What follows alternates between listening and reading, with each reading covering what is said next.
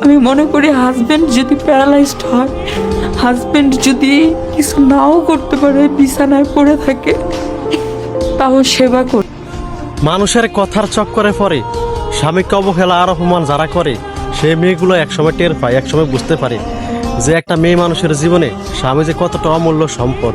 এই যে মেয়েটার কথাগুলো শুনে কি বুঝতেছেন, স্বামী অসুস্থ হয়ে যাক, স্বামী যতই খারাপ হোক, মেয়ে মানুষের জীবন স্বামী ছাড়া কোনো মূল্য নেই।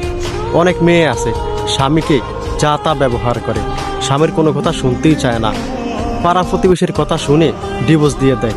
যখন সে ডিভোর্স দেয় আর যখন পরিবারও তার কাছ থেকে দূরে সরে যায়, তখন সে বুঝতে পারে আসলে জীবনে কত বড় ভুল করছে।